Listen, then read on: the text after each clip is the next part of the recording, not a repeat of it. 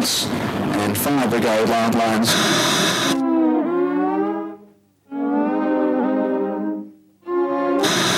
Regrets are. One long regret.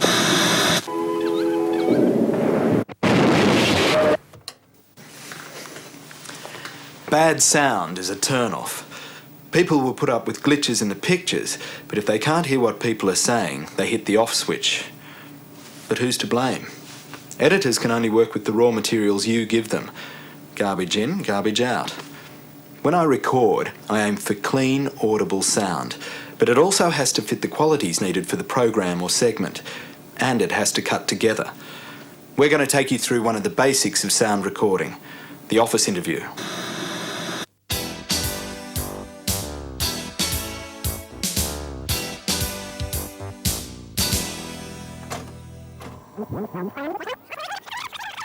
When I started out, I didn't care too much about what program we did or what happened to what I recorded.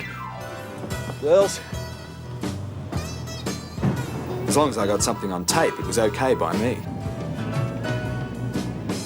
So, where are we today? It's a round-table interview with a 12-member committee on incompetence in the workplace. Think you've got enough mics to cover it? Don't wet yourself, it's a one-on-one office interview. If you act like a professional, you'll be treated like one. The first thing to do is get an overview. What's the office like? Is there a window? Yes, there is. Before you decide what gear you'll need, find out as much as you can about where you're going and what you're I was doing. wondering what the setup was this morning. Right, well, it's an interview situation. Right. Between two people. Okay then. You're using your own questions? Yes, I am. Right. You're wanting a few reversals, do you think? Or? I do. You'll also need to know if this interview is going to be part of a larger program, so you can match up sound quality with anything that's already been shot. At some stage, so do you have a problem with that? No. What I might do is give you a lapel mic Right. and I'll use a floor stand as well. How much time is there to set up and shoot? What mics were used in other interviews for the show? Okay. Terrific. Right to go. Fine.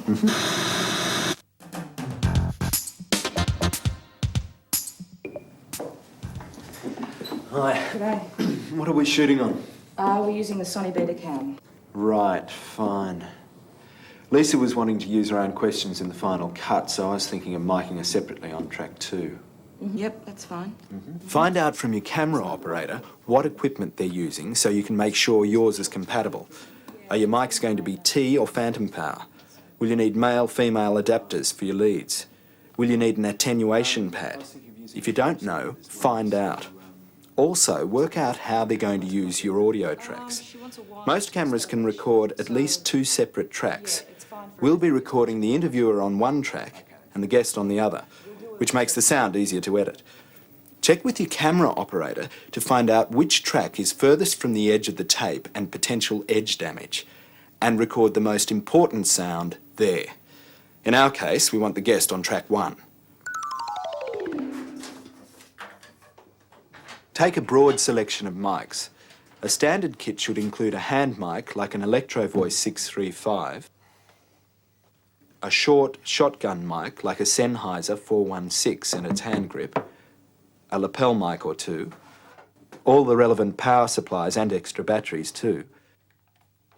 Other gear you'll need includes a good selection of XLR leads, phase change leads, male-female adapters, and a set of headphones. Then there are microphone mounts, including a floor stand, desk mount, and fishpole. Don't forget wind gags or socks. Even in an office, the airstream from an air conditioning duct can cause you problems. If possible, take a multimeter or a power tester in case you need to check a faulty lead. Another good idea is a monitor return box which allows you to listen to the sound coming back from the camera.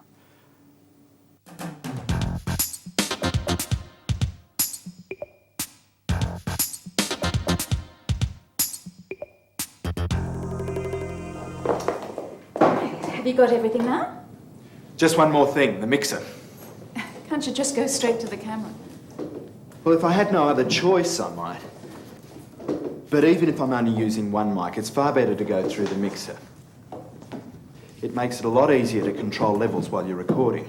And if I'm using more than one mic, it helps get the balance right between sound sources. So that's it then? Yep. Can I have a copy of your questions?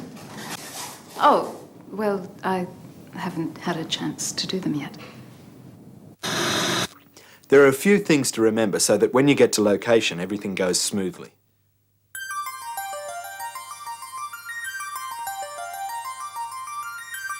Most cameras have an automatic gain switch. Forget it exists. Recording. Automatic gain looks for sound, any sound, loud or soft. I'm now on auto gain, and you can hear it suck and pump to make everything equal volume. If I talk loudly, the background noise drops. And if I talk more softly, the background noise level comes right up. There's a difference between line and mic input levels. Line levels are 1,000,000 times louder than mic levels. Because mixers output at line level, you need to make sure your camera isn't set to mic, or your recording will distort, even if your fader is turned all the way down. You may come across some machines that only have a mic input and no line input. They'll need a 60 dB pad to prevent distortion.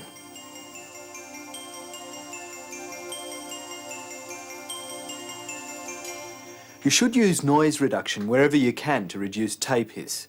When you do use it, make sure it's on all down the line, right through to the edit suite. Remember, you're after the best signal-to-noise ratio you can get. Some people like to record audio on a second machine as a safety backup, in case something happens to the sound on the primary recording. I prefer not to carry the extra machinery and cover myself by listening back to a test recording before the interview starts. Testing, 1, 2, testing, 1, 2, test record. There are lots of different machines you can back up on, even though some are harder to connect to your system than others. Machines include DAT recorders, reel-to-reels, and even professional cassette recorders. You may think all of that's overkill, but I've been caught out. Cut! That's a wrap. How was it? I'll just rewind it and we'll have a look.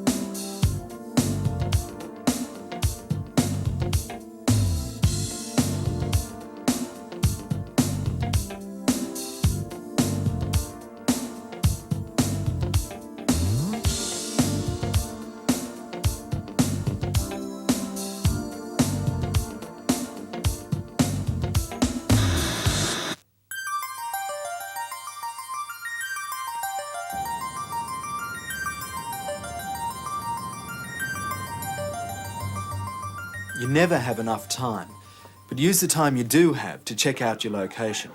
Every room has its own audio environment with a set of problems that need to be solved or worked around. The first thing to do is listen.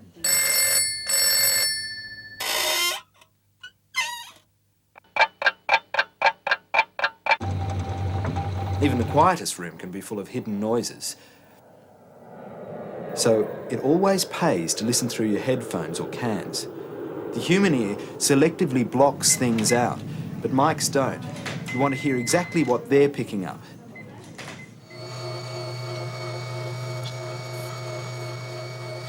Your best bet in any location is to find out what noises you do and don't have control over and get rid of the ones you can.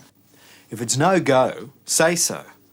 If there are problems you won't be able to overcome, make it clear how they're going to affect the end result. But you've also got to learn to balance your needs with the creature comforts of everyone else.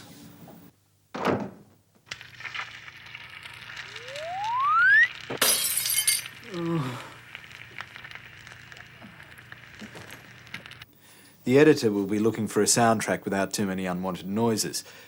On rare occasions, you may decide to leave the air conditioning on as it can mask a multitude of extra incidental noises a room may have. Think ahead. Think how the sound is going to be used further down the production chain.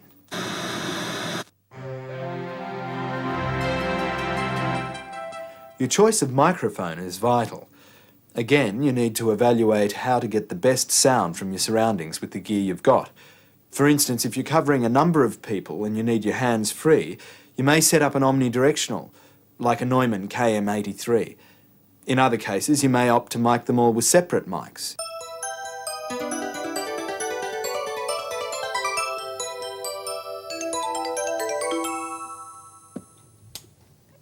Are you giving me the hand mic? Is that okay for this?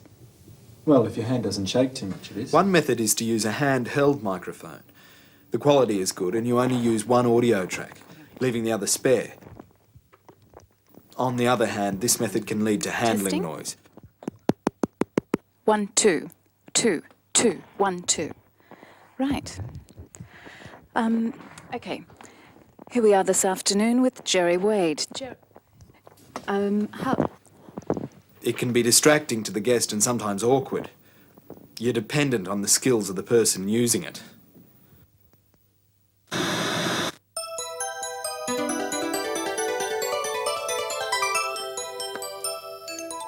You could use a short shotgun mic like a 416. It has an excellent signal-to-noise ratio and gives the human voice a good brightness and presence. Also, being directional, it isolates unwanted background noises and, like the hand mic, only uses one track. Because it's directional, you'll often need to hand-hold a shotgun to follow any movements of guests to keep them on mic. You can use a pistol grip or a boom depending on how far away you are. With a pistol grip, you've got easy control, but a shotgun's a large mic and the movement of following sound sources can be distracting, especially when it's in a line of sight. This can be quite annoying, especially for the guest. Sorry. Testing 124. On the other hand, a boom will get you further away, but then you have to deal with shadows in shot, 125. reflections in windows, and exhaustion. 126. Sorry. Handheld mics give you plenty of flexibility, but then your attention is split during an interview between physically controlling them as well as juggling the mixer controls. With a desk-mounted microphone, the sound quality is high as you're using a supercardioid like a 416. You also have your hands free, which gets you around the problem of having your attention split between the mic and mixer. Just a few words for a level check there, Gillian. Thanks. Gillian, standing in for guest, test 1, 2. Gillian, standing in for guest. But desk mounting can cause problems too. Sound waves can reflect off the surface of the desk itself. If the mic picks these up, your voices will sound strange and boxy. Also, the guest can move off mic, and because it's in actual contact with the surface, knocks and bumps can be a problem.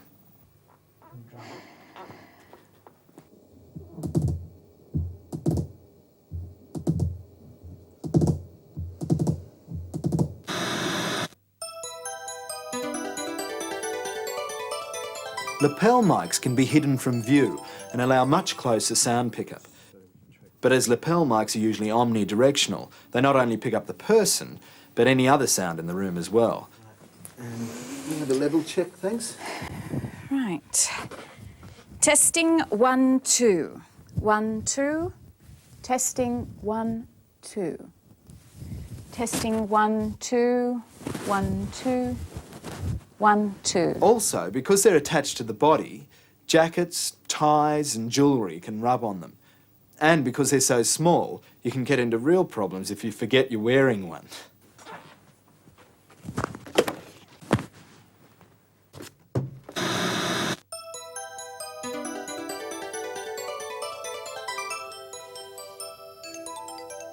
Often you'll find using a floor stand with a mic like a 416 gives the best technical and sound quality. There can still be problems if you mic too close. Too much movement and your guest will be off mic. But your mic is out of shot. There's less chance of the guest knocking or touching it, and you're free to concentrate on the mixer during the interview. If you only have one floor stand in your kit, it's usually a good idea to use it for your guest where you need the best sound, and use a lapel mic for the interviewer.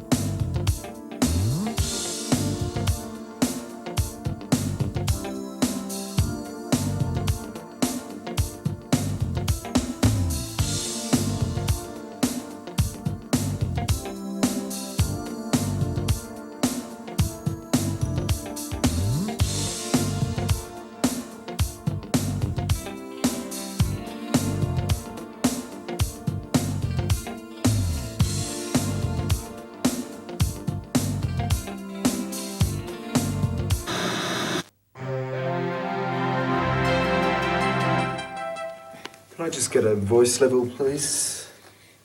Testing 1, 2. Testing 1, 2, 3. Now you do your lineups and check for any problems. One common problem is phasing. Phase check. 1, 2. Phase check. Being out of phase means one part of your signal is cancelling out the other. Here's where your phase reversal lead comes in handy. Just add it to the microphone cable run and you're in business. At the beginning of each new tape, the camera operator will put down 30 seconds of colour bars for video lineups. Can I have tone, please? Yep. And at the same time record line-up tone sent by the sound recordist.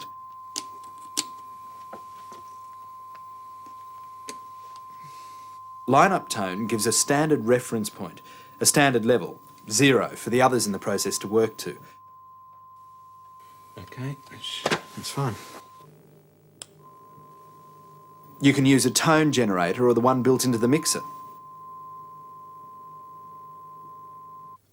Could we get another level check, please? Now you're ready to do an initial level check, so you can listen to how your mics are sounding before the guest arrives. Great speed after being accosted by a rural worker. Lisa, let's just go back to the 1, 2, 3s. Testing 1, 2, 3. Sometimes you may find the room that you're using accentuates some frequencies, especially the bass part of the spectrum. One way around this is to open a door or a window, changing the room architecture and absorbing the annoying boominess. That won't always fix it, especially if you're opening into another bassy room. It's worth a try. But you can only do this if it's quiet enough outside.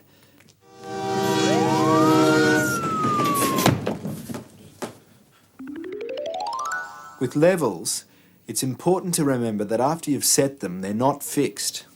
As the interview progresses, your guest might start speaking louder or softer as they get more excited or relaxed. So, you'll have to ride your levels accordingly. Be careful not to judge levels by how loud or soft they are in your cans. Headphones have their own volume control for monitoring, and this bears no relationship to the levels which actually go to tape. In a news or current affairs situation, when you can't guarantee the editor will be able to ride the levels properly, it's a good idea to give them a hand. Subtly rock your levels to favour who's speaking so you don't have both mics fully open at once. This way you avoid too much spill from the person's mic who isn't talking. And of course, if you only have a mono mixer, you'll have to mix the two mics down to one channel on the run. But if you're doing a full sound mix in post, you better delay each mic to a separate track at optimum level. Okay, could we have a bit of quiet, please, Lex? Thanks. Now you've done your initial level checks, you have an idea of how much your mics are going to pick up. If you can, ask your crew for a moment of quiet and just listen. Are you getting any hiss and hum? Are you getting any crackle from faulty leads? Is there still any background noise? Right. Could we have a test record? Recording. Jerry Wade, thanks for joining us. What are the important things to remember when recording sound? Testing, guest mic, testing 1, 2, test record. If everything's okay, now's the time to do a test record. Right. Just record about 10 seconds of talk from your interviewer with a member of the crew as a test. Listen back to the results to make sure everything's going down as it should. Jerry Wade, thanks for joining us. What are the important things to remember when recording sound? Okay. One good way of intercepting problems is to monitor the sound coming back from the camera. You use a monitor return line and go through a switching box like this one. If you don't use a return line, your camera operator becomes the last link in the chain, listening to the camera's built-in monitor speaker. Also, if you find you're getting badly distorted sound, it's a good idea to check the mic line switching we mentioned earlier.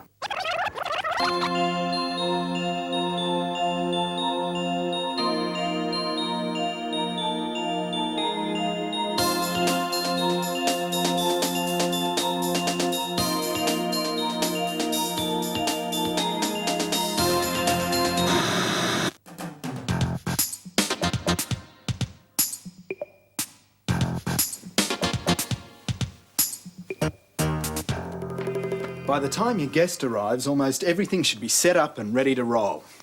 All you need to do now is make them comfortable, get final levels, and do a last-minute double check of your setup.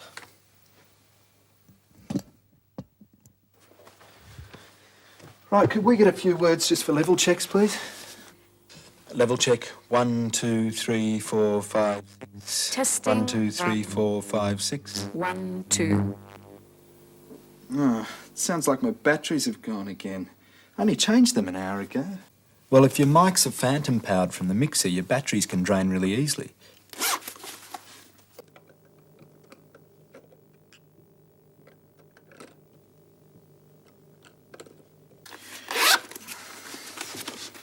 Right, a bit more, please. Right. Sorry, won't be a moment. It's okay, I know what it's like. Ready to go, thanks. Right. Roll to record, please. Recording. Jerry Wade, experienced film and video sound recordist. What should a sound recordist do when they go out on a location?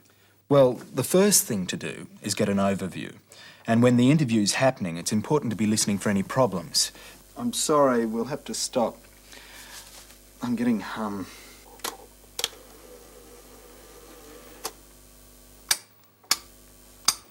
Make a difference? Yeah. Sorry, my fault. I've run a light lead next to a sound cable.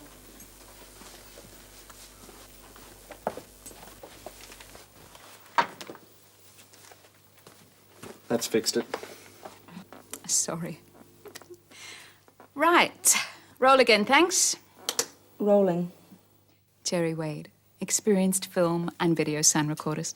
What should a sound recordist do when they go out on location? Well, before I go on, it's important that sound recordists, unlike children, should be heard and not seen.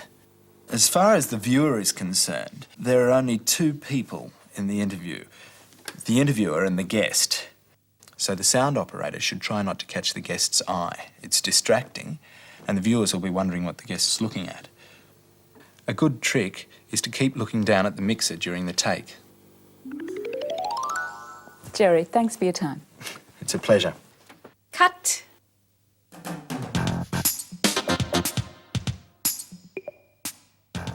Let's take a look back at some of the interview.